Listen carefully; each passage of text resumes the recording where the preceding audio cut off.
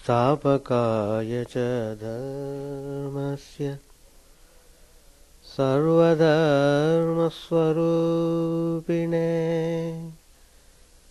स्थापकाय च धर्मस्य सर्वधर्मस्वरूपिणे अवतारवरिष्ठाय रामकृष्णाय ते नमः।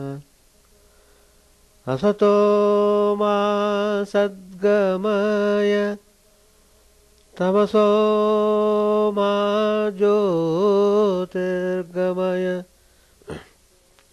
मृत्योर्मामृतङ्गमय।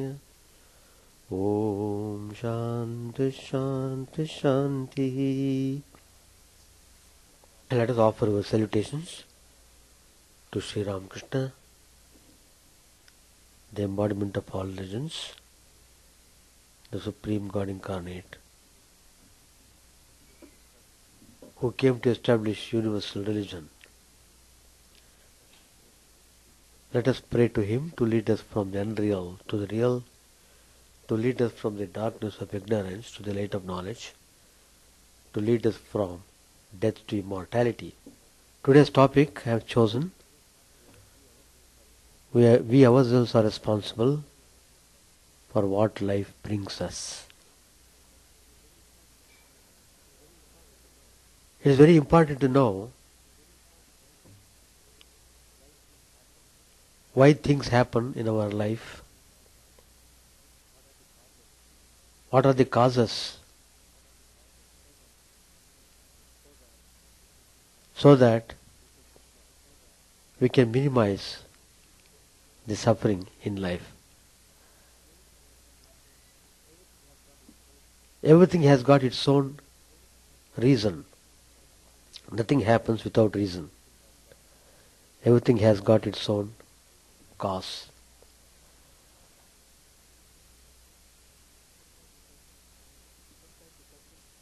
Sometimes the question arises, what is exactly karma means? Why do the innocent suffer? And people even ask, why does God permit evil? Is God helpless to act? Or does He choose not to? And if He chooses not to act, does that mean He is cruel or merely indifferent? Like this, many questions are asked.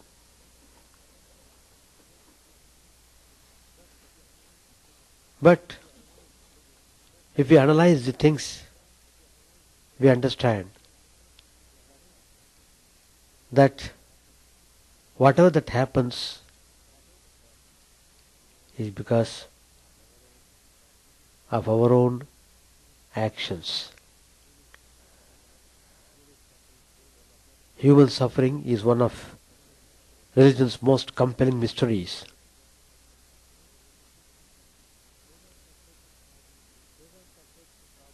Vedanta takes the problem out of God's court and places it firmly in our own. We can blame neither God nor a devil. Nothing happens to us by the whim of some outside agency. We ourselves are responsible for what life brings us. All of us are reaping the results of our own previous actions in this life or in previous lives. To understand this better, we first need to understand the law of karma. The word karma comes from the Sanskrit word kri, that is to do.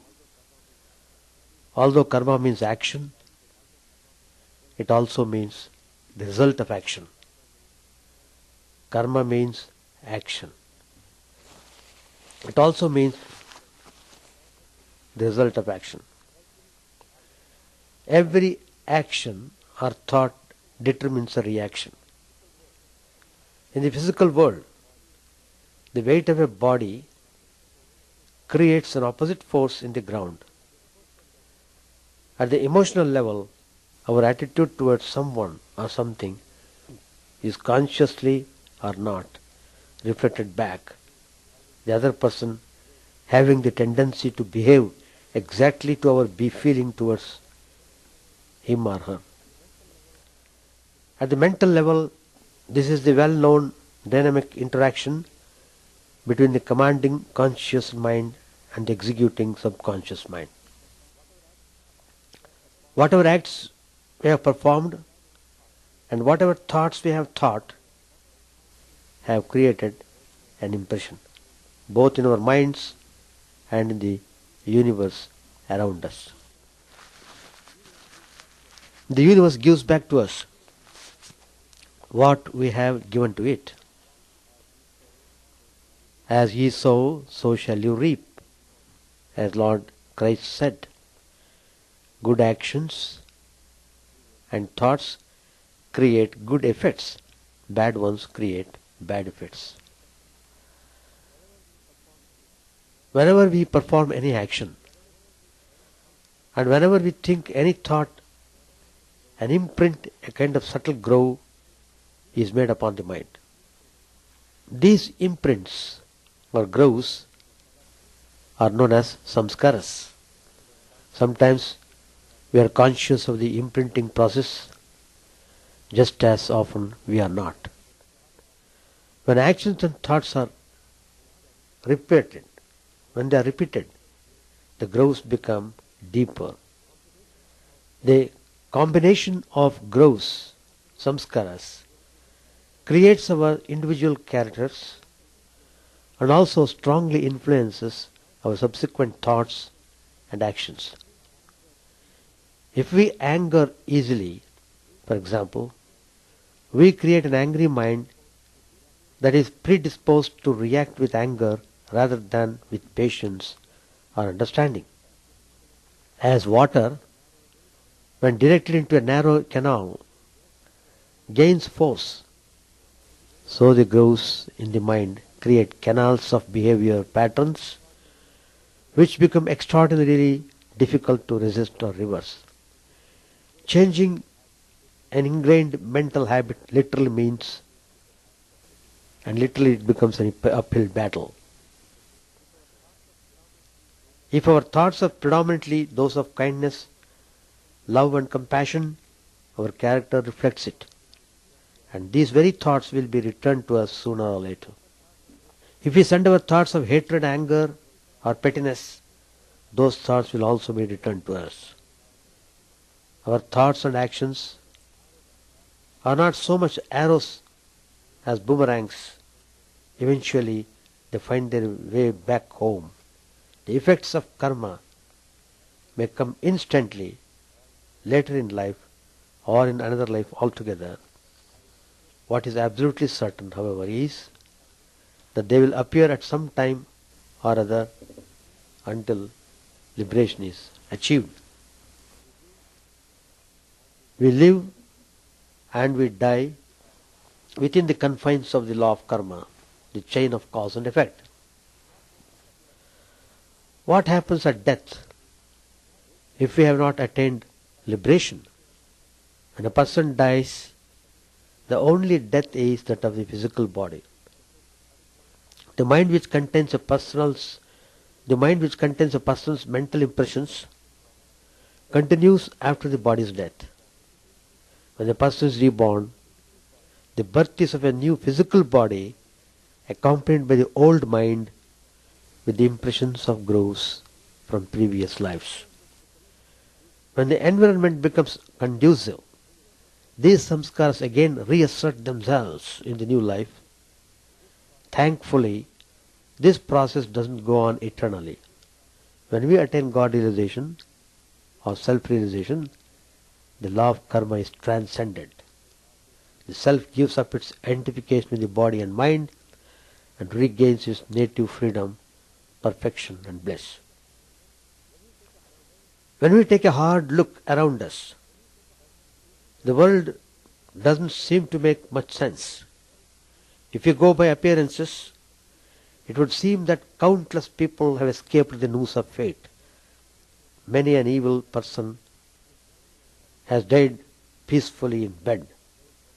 Worse, good and noble people have suffered without apparent cause, their goodness being repaid by hatred and torture. Witness the Holocaust, witness child abuse. If we look only on the surface, the universe appears absurd at best, malevolent at worst.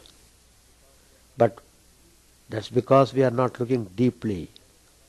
We are only viewing this lifetime, seeing neither the lives that precede this one, nor the lives that may follow.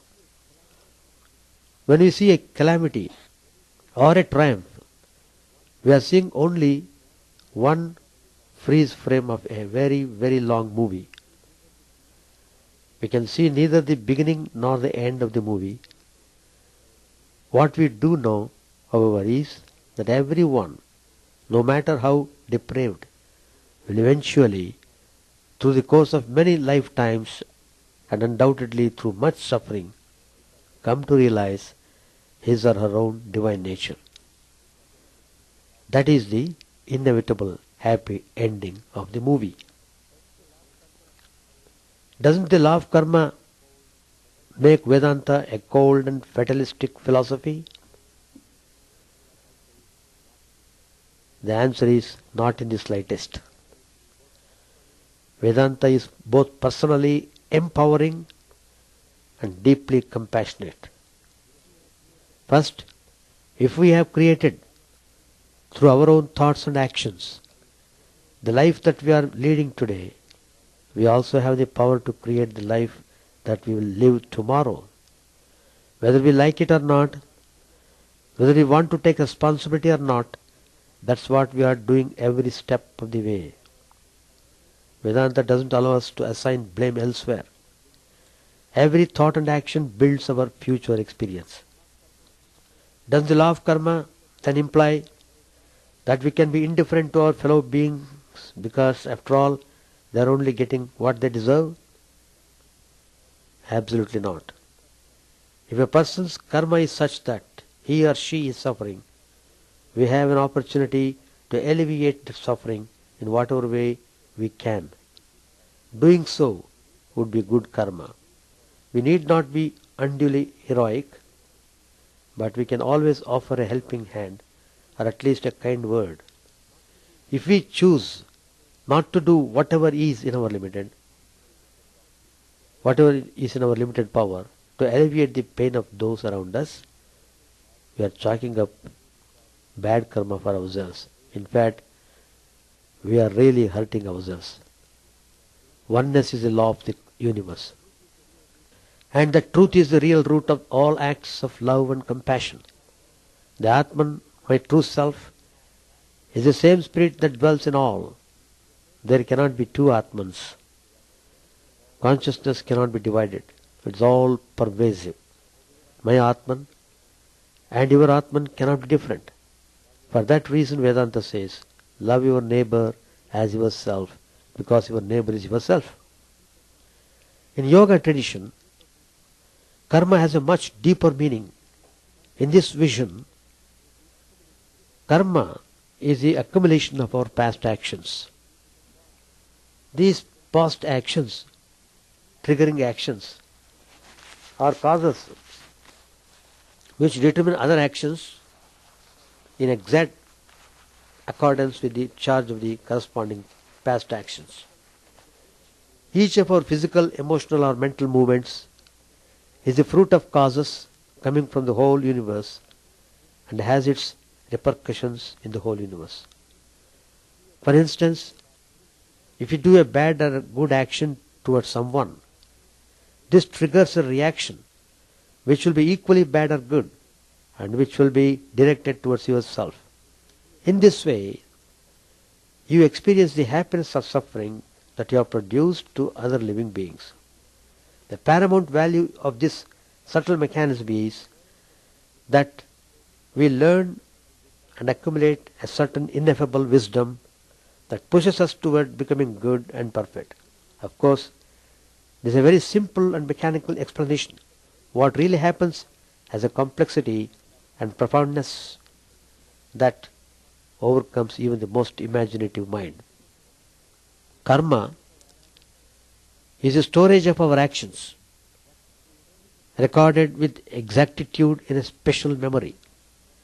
These recordings are like time bombs that will explode in the future.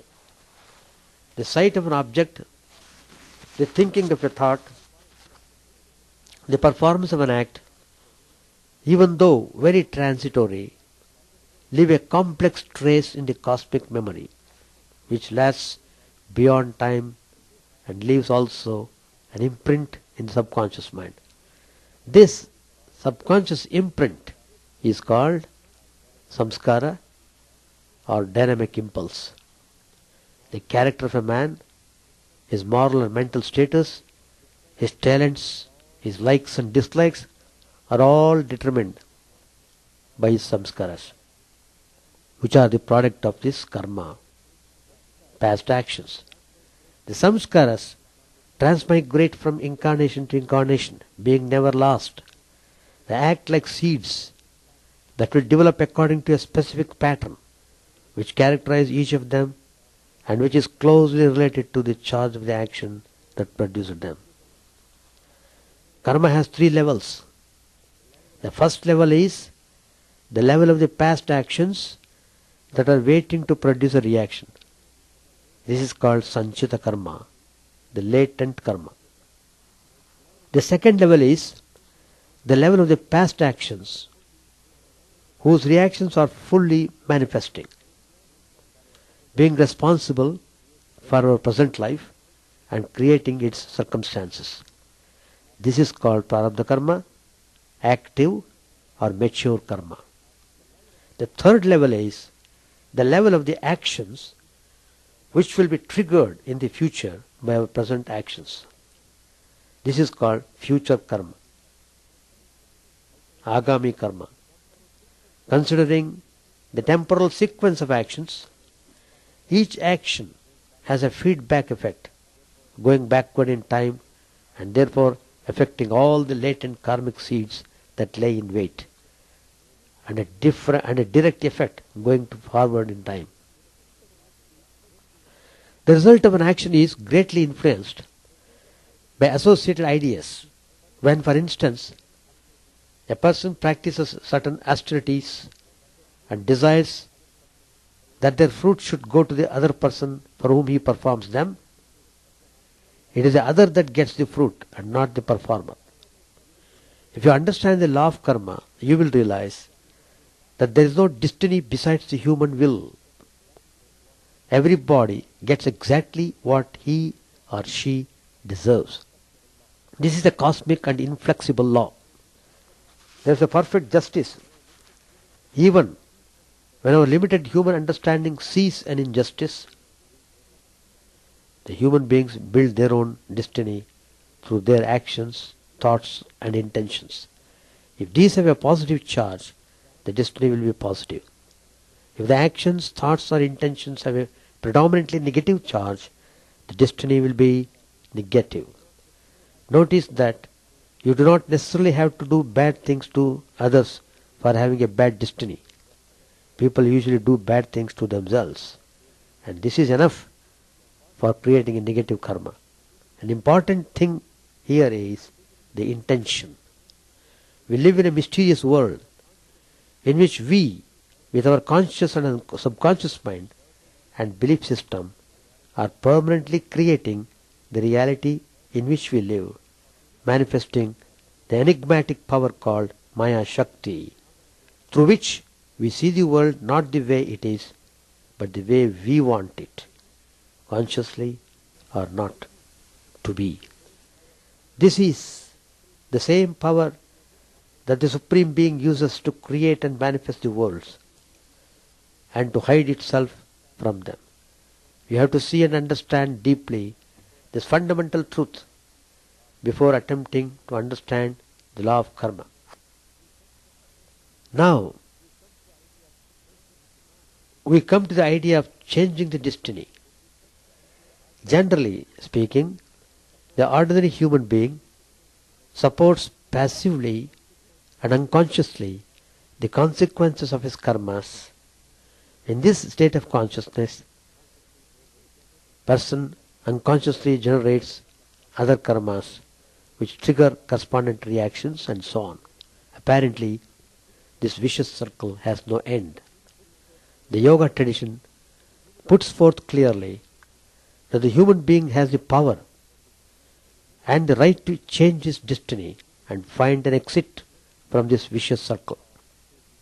This is called escaping the wheel of reincarnations. That means the wheel of the cycle of birth and death. Karma itself is called the wheel of eternal returning. We have seen that the state of karma, when it is asserting itself or is about to assert itself, is called mature karma.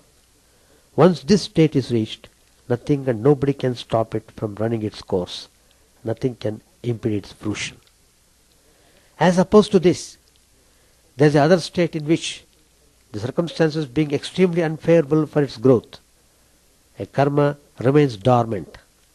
The fruit of such karma only can be destroyed by counteraction such as charity, spiritual practice, etc.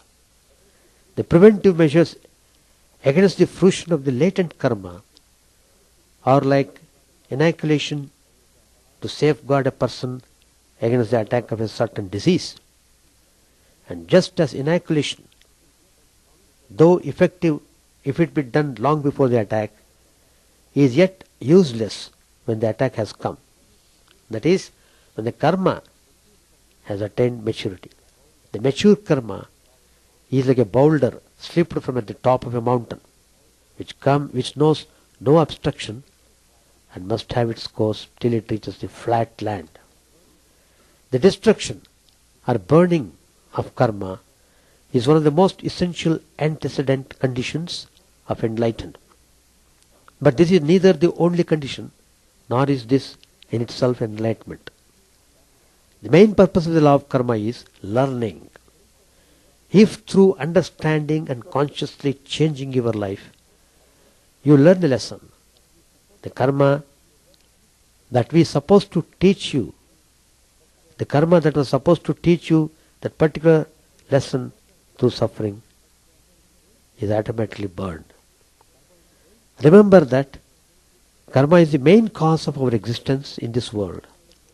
An individual is not only affected by his own karma, but also by that of the community or race to which he belongs. Collective karma. A good or bad karma is equally undesirable for he who yearns to liberation, because it enchains the human being on the wheel of eternal returning. In yoga vision, karma is good when it permits the human being to realize the spiritual evolution, and is bad when the opposite is the cause, when the opposite is the case. Bad karma means that a lot of lessons have to be learned. Good karma means enough lessons were learned so the human being can start the conscious work of inner growth. The advanced yogin yearns to eliminate any kind of karma. Only in this way will he be totally free of any links with the inferior levels of consciousness, being able to merge continuously into the eternal bliss of the Supreme Consciousness. From then on, all his actions will be free of any karmic charge. These actions can trigger reactions, but only if the yogin desires so. An enlightened master has complete control over the fruition of his karmas. Swami Vivekananda, in his discourse on the cosmos, delivered in New York on January 26, 1896, says, dealing with the theory of reincarnation, dealing with the theory of reincarnation, Swami Vivekananda said, it is a theory that advances freedom of the human soul. It is the one theory that does not lay the blame of all our weaknesses upon somebody else, which is a common human fallacy. We do not look at our own faults. The eyes do not see themselves. They see the eyes of everybody else. We human beings are very slow to recognize our own weakness, our own faults. So long as we can lay the blame upon somebody else, man in general lay all the blame of life on their fellow men, or failing that on God, or they conjure up a ghost and say it is fate. Where is fate? And who is fate? We reap what we sow. We are the makers of our own fate. None else has the blame, none has the praise. The wind is blowing. Those vessels whose sails are unfurled catch it and go forward on their way. But those which have their sails furled do not catch the wind. Is it the fault of the wind? Is it the fault of the merciful Father, whose wind of mercy is blowing without ceasing, day and night, whose mercy knows no decay? Is it his fault that some of us are happy and some unhappy? We make our own destiny. His sun shines for the weak as well as for the strong. His wind blows for saint and sinner alike. He is the Lord of all, the Father of all, merciful and impartial. Do you mean to say that He, the Lord of creation, looks upon the petty things of our life in the same light as we do? What a degenerate idea of God that would be. We are like little puppies, making life and death struggles here, and foolishly thinking that even God Himself will take it as seriously as we do. He knows what the puppy's play means. Our attempts to lay the blame on Him, making Him the punisher, the rewarder, are only foolish. Neither He punishes nor rewards any. His infinite mercy is open to every one, at all times, in all places, and under all conditions, unfailing, unswerving. Upon us depends how we use it. Upon us depends how we utilize it. Blame neither man, nor God, nor anyone in the world. When you find yourself suffering, blame yourselves and try to do better. This is the only solution of the problem. Those that blame others, and alas, the number of them is increasing every day, are generally miserable with helpless brains. They have brought themselves to that pass through their own mistakes and blames others, but this does not alter their position. It does not serve them in any way. This attempt to throw the blame upon others only weakens them the more. Therefore, blame none for your own faults. Stand up upon your own feet and take the whole responsibility upon yourselves. Say, this misery that I am suffering is of my own doing, and that everything proves that it will have to be undone by me alone. That which I created, I can demolish. That which is created by someone else, I shall never be able to destroy.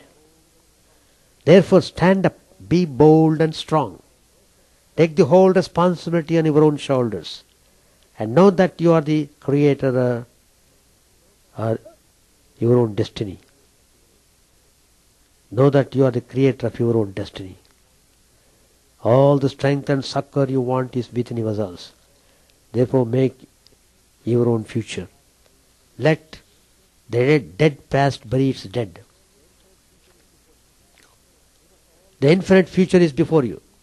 And you must always remember that each word, thought and deed lays up a store for you, and that as the bad thoughts and bad works are ready to spring upon you like tigers, so also there is the inspiring hope that the good thoughts and good deeds are ready with the power of 100,000 angels to defend you always and forever. These are the words of Swami Vivekananda in his lecture. There is the story of a Mandavya Rishi. The sage Mandavya, who had acquired strength of mind and knowledge of the scriptures, spent his days in penance and the practice of truth. He lived in a hermitage in the forests on the outskirts of the city. One day, while he was immersed in silent contemplation under the shade of a tree outside his hut of leaves, a band of robbers fled through the woods with officers of the king in hot pursuit. The fugitives entered the ashrama thinking that it would be a convenient place to hide themselves in. They placed their booty in a corner and hid themselves. The soldiers of the king came to the ashrama, tracking their footsteps.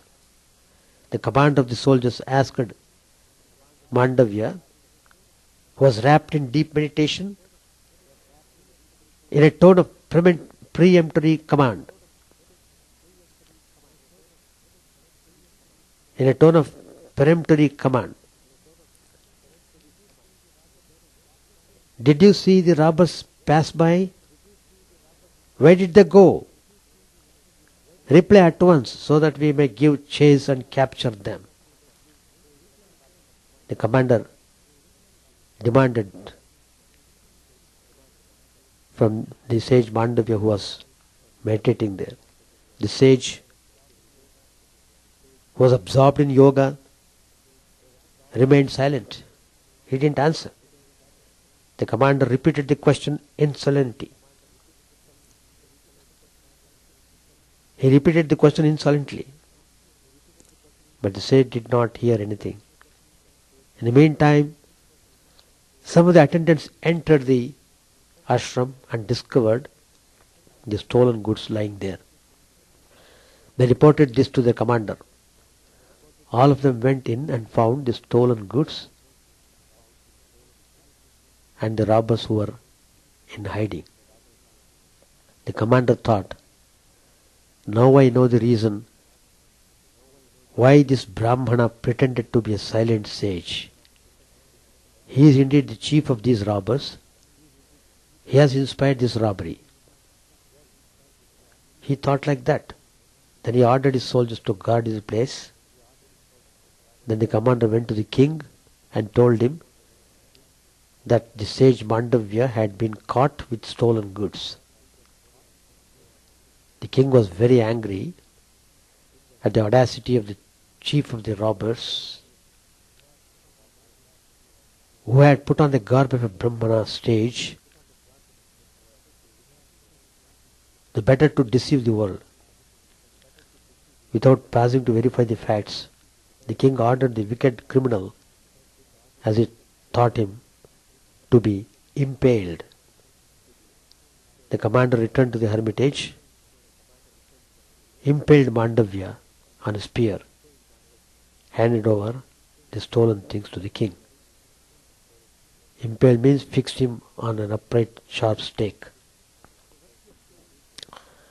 The virtuous sage, though impaled on the spear, did not die.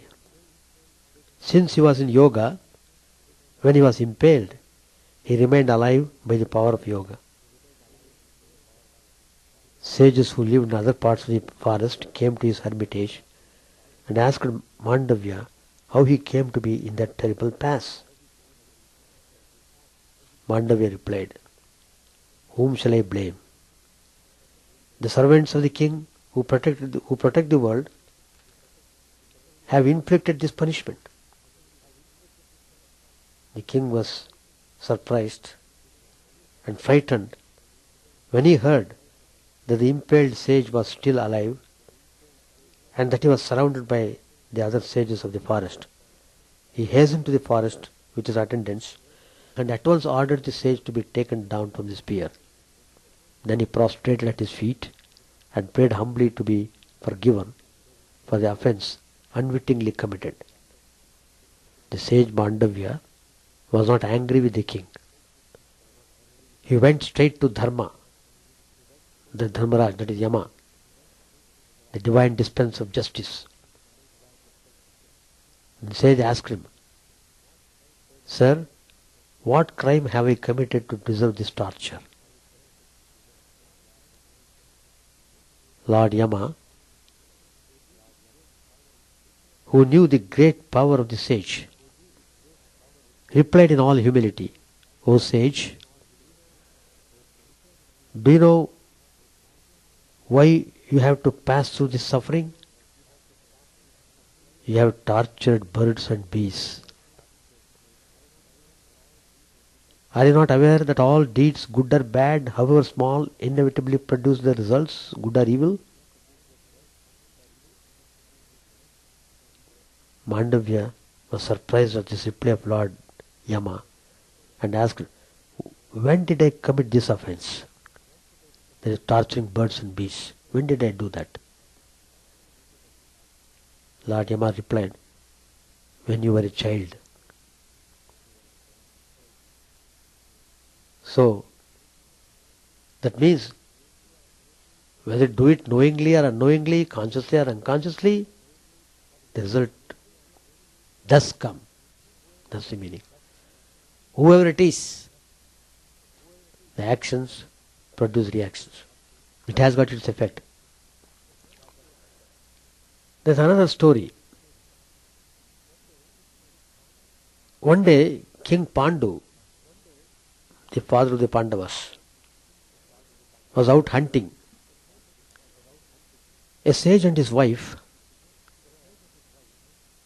were sporting in the forest in the guise of a deer. Pandu shot the male with an arrow in ignorance of the fact that it was a sage in disguise. Stricken to death, the rishi thus cursed Pandu, "Sinner, you will meet with death the moment you taste the pleasures of the bed." Pandu was heartbroken at this curse and retreated to the forest with his wives. His wives were Kunti and Madri. After entrusting his kingdom to Bhishma and Vidura, he lived a life of perfect abstinence. Seeing that Pandu was desirous of offspring, which the rishis' curse had denied them, Kunti confided to him the story of the mantra she had received from Durvasa. Pandu urged Kunti and Madri to use the mantra, and thus it was that the 5 Pandavas were born of the gods to Kunti and Madri. They were born and brought up in the forest among ascetics. King Pandu lived for many years in the forest with his wives and children.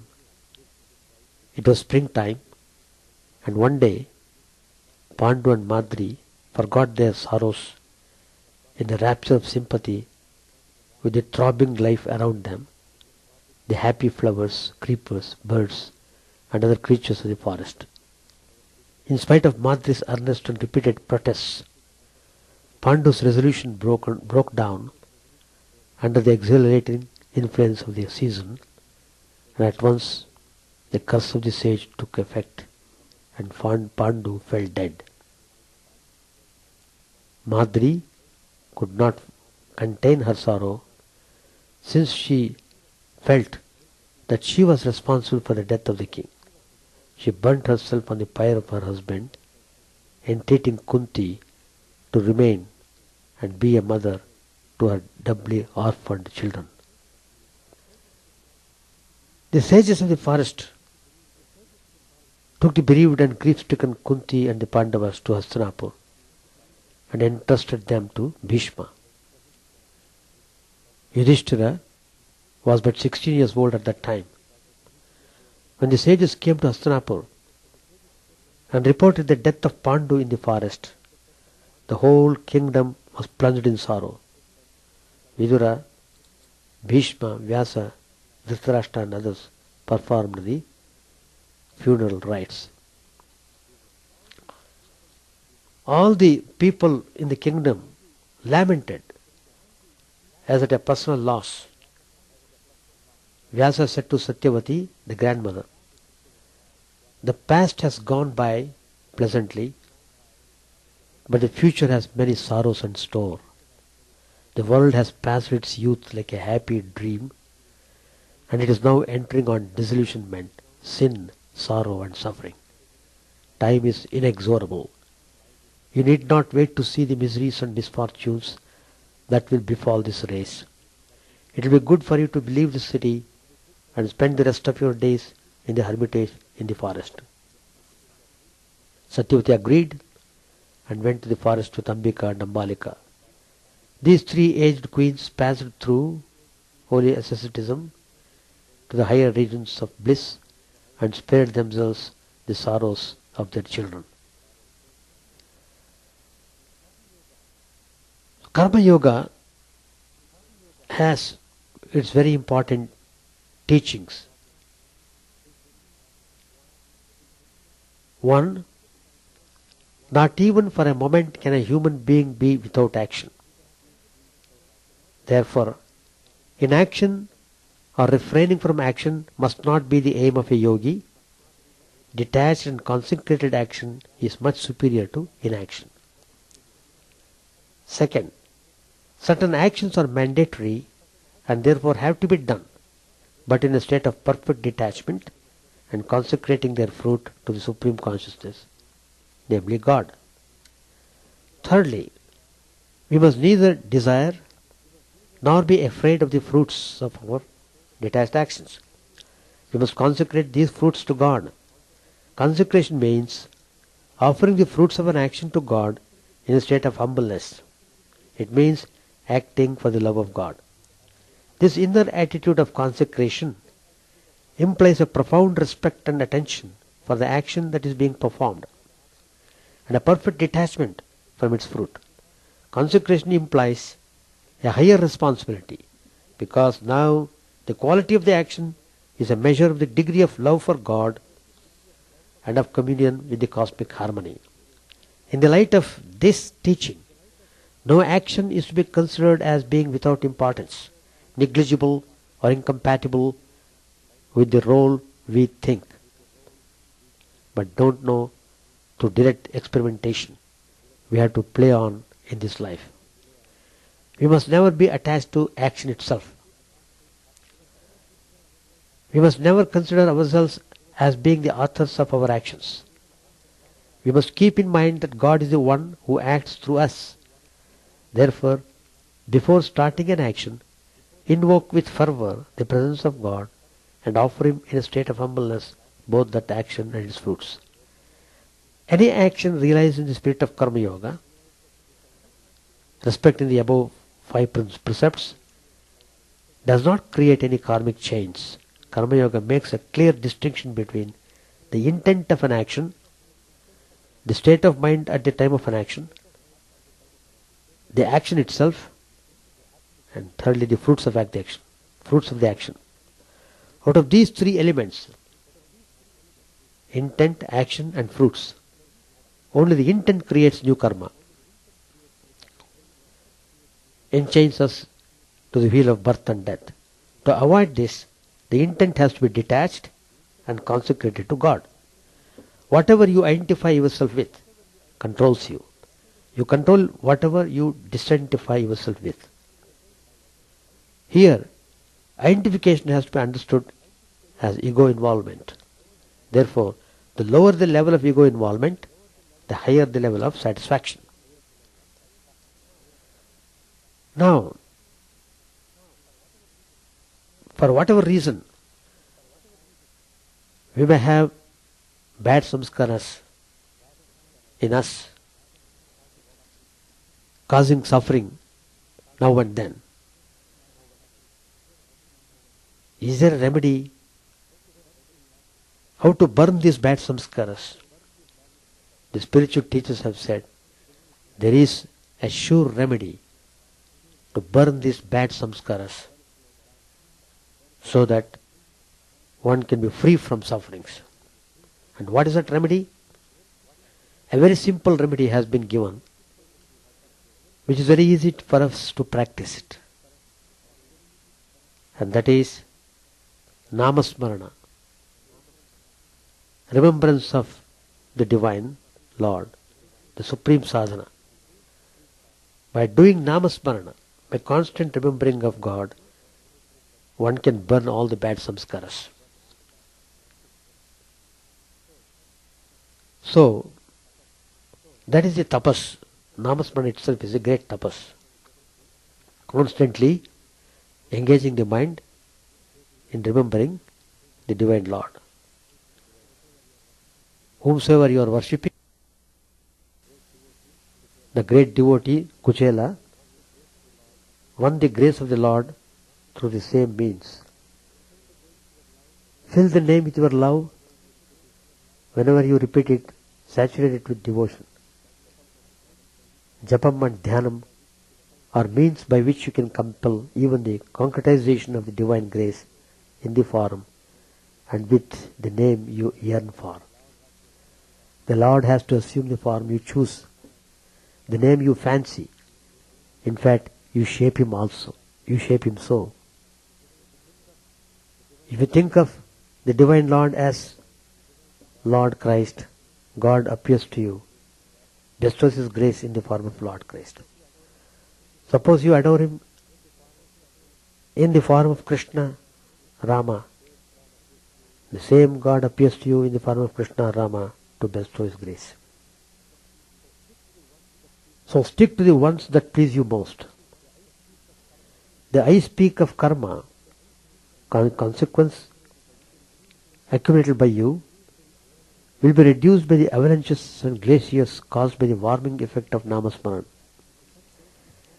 The sun melts the snow cap on the peak, but during the hours of night, the snowfall restores the cap and makes up the loss of height.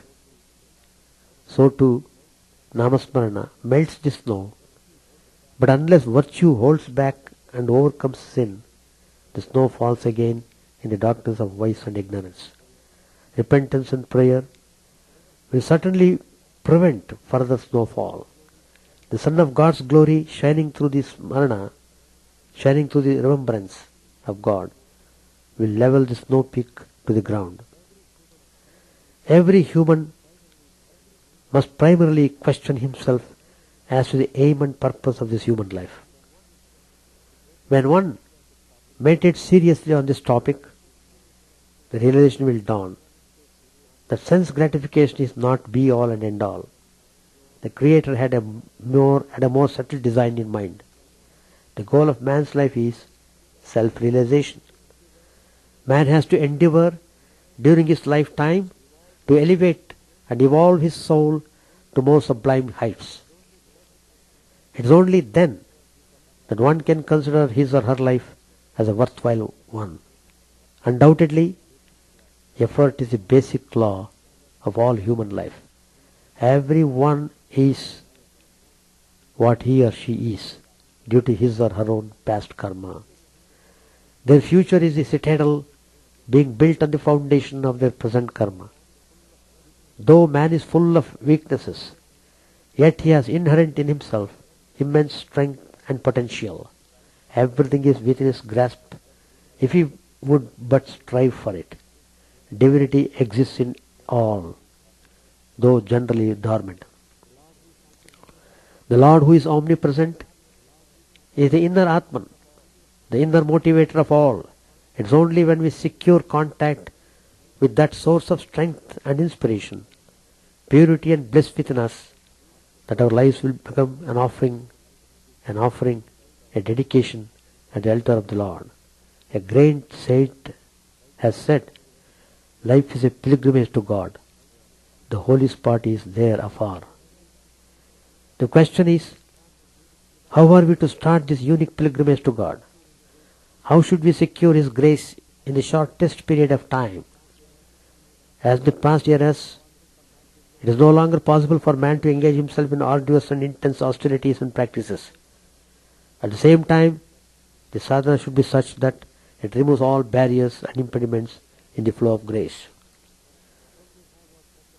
Not only have our men of God and our scriptures, but also all the religions of the world universally acclaimed infallible sadhana to secure the highest. This sadhana is that of Namasmarana. Indeed, they consider it the panacea to cure person of all his ills, be they physical, mental or spiritual. Namasmaran, remembering God, is second to none in its ease and efficiency, in its ease and efficacy. It involves the constant repetition, either orally or mentally, of the Lord's name and meditating on His form, His glory and His grandeur. Chanting of the name, however, must not become a mechanical process. The dynamics of this sadhana involves the mind in the remembrance, with love and devotion, at all times and under all conditions, the name and form of the Lord. The reasoning and rationale behind this instrument of God of realization has been repeatedly stressed on by the saints and seers of our glorious land. The Namasmarana has tremendous effect on the hard layers of materialism and worldliness covering the soul. The recitation of the name is like the operation of boring to tap underground water. It is like the chisel stroke that will release the image of God which is imprisoned in the marble. Once the encasement is broken, the Lord will appear, even as churning brings the butter latent in the milk into view. The vibrations set up each time the name is chanted to lead to the revelation of the Godhead. For the name molds the consciousness. In the initial stages, it might appear a formidable task to cut the mind away from worldly attachments and unite it with the name. But gradually it becomes as natural as breathing. One will realize at this stage that the subconscious is chanting the name even during the sleep. Namasmarana is considered king of all sadhanas. This exalted position that the name has its efficacy, it is because it secures for the sadhaka the fruits of all other sadhanas. Indeed, it is impossible to measure the greatness and glory, power and potency of the Nam Jap. The benefits one enjoys through the remembrance of the Lord's name are as infinite as He is.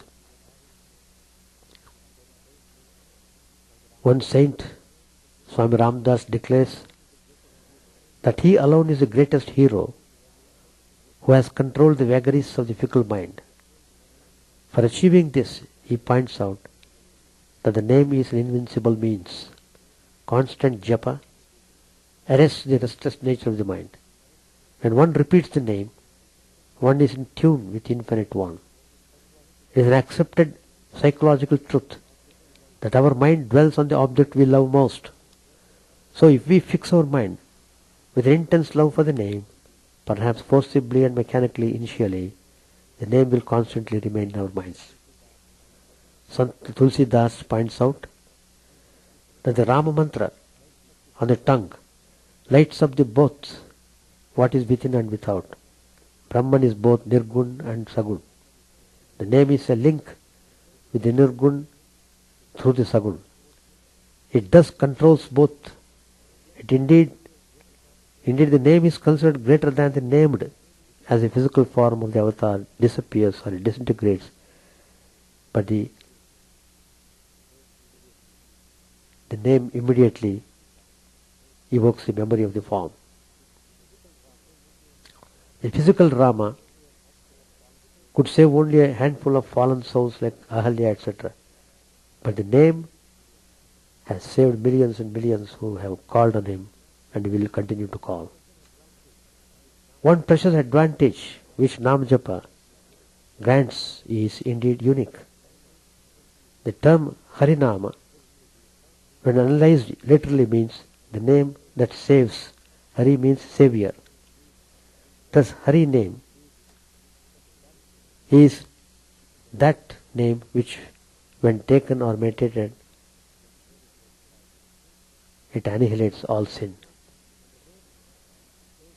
The named saves us from our sins, not the least of which is egoism and pride. Not only does he destroy all sin, but goes further by destroying all vikaras, all germs of evil in us. The name is likened to a thunderbolt which destroys mountains of sin. The consequences of karma can be wiped out only through karma as a thorn which can be removed by means of another.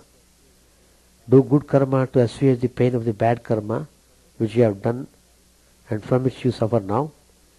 The best and simplest karma is repeating the name of the Lord. Be ever engaged in it. It will keep out evil tendencies and wicked thoughts. It will help you radiate love all around you. All this greatness existent in the name is no bait to man to lure him into its practice. It has been practiced and its efficacy confirmed time and again. Tukaram, Kabir, Meera and many saints are there who realized God by chanting God's name. So, there is no limit to God's infinite glories, and God is ever ready to help anyone who sincerely seeks for his help. So what is important is we must remember God, think of him as our own, and with love and devotion, if we repeat God's name, sincerely praying for purifying the heart, that prayer will be answered. Sri Ramakrishna used to say, what is needed is sincerity. If you are sincere, that is accepted, and you will get a very good result. So we can undo many things. The future events which are to take place, they can be monitored properly when we think of the Divine Lord. So surrender everything. So think of him always in the mind, and then everything comes out all right. Then you realize the fact that you alone are responsible for what life brings to you. Thank you very much. Om Sahana Bhavatu Sahanau Bhunaktu Sahaviryam Karavavadai Tejasvinavadhitamastu ma vidvishavahai. Om Shanti Shanti Shanti. Harihi Om Tat Sat. Sri Ramakrishna Arpanamastu. May the Lord protect us. May He nourish us. May our knowledge be fruitful and enlightened. May we not hate each other. Peace, peace, peace be unto all.